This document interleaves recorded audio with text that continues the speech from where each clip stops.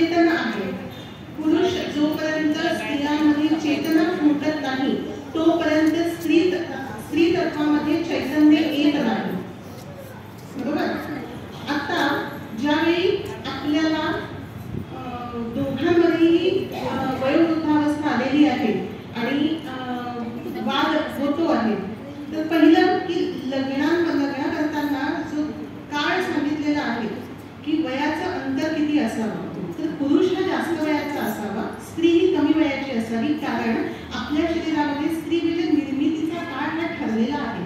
आपला मेनोपॉझल काळ हा ठराविक वयानंतर येणारच आहे, पण पुरुषांमध्ये हा हार्मोनल इम्बॅलन्स व्हायला वेळ लागतो. आणि पुरुष हे सोल्युशन ओरिएंटेड असतात.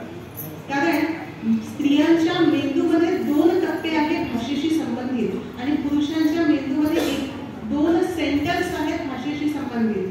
पुरुषांच्या शरीरामध्ये मेंदूमध्ये फक्त एकच सेंटर आहे. त्यामुळे शब्दांच्या बाबतीत पुरुष जिंकू शकत नाही. निर्विवादपणे स्त्रीच जिंकणार. स्त्री एका दिवसाला 2000 शब्द वापरू शकते. त्यातील 1500 शब्द स्त्री ही मौखिकरित्या वापरते आणि 500 शब्द ही एक्सप्रेशन्सनुसार वापरते. तर अशा वेळी आपण